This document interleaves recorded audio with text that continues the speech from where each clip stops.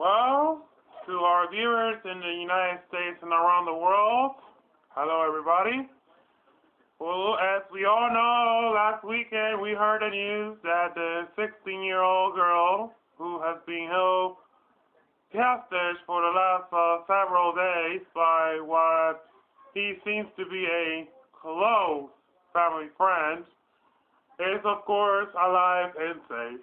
And even though she's alive and safe, and unfortunately, there are many things that she still has to deal with it.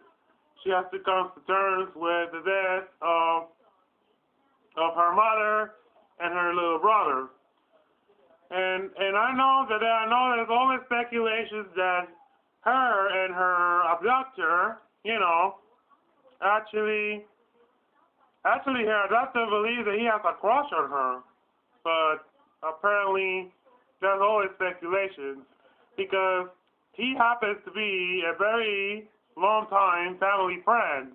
And he knows, and he has known her and her brother since they were born. So, and they feel like, and I realize that this is somebody, and I know that most crimes against children happens when they get kidnapped by strangers. But this person that did this is no stranger.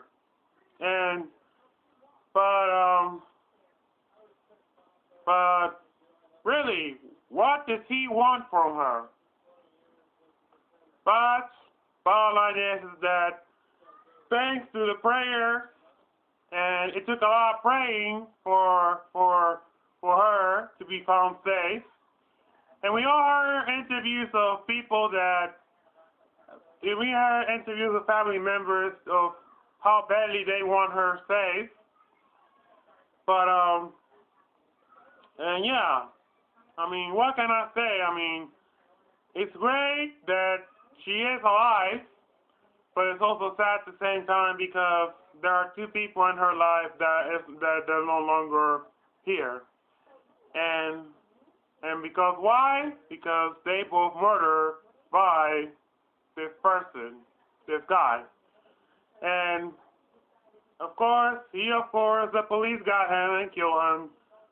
But during her captivity, there are still questions about what really happened there. What really happened to her. I bet it was the most traumatic event of her life, What's gonna happen if she might die there?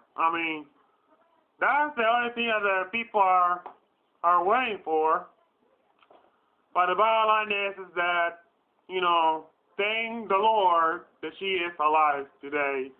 And she is back to her family and able to live her normal life. But even though she has to deal with that, it's still going to affect her really. Because, it's going to affect her for as long as she's alive. And, yeah. Sad, isn't it? But at the same time, it feels good that, that she is here. But is it true that James DiMaggio and Hannah Anderson are in a relationship, even though he was old enough to be her dad? But I realize that, this is getting out of control here. But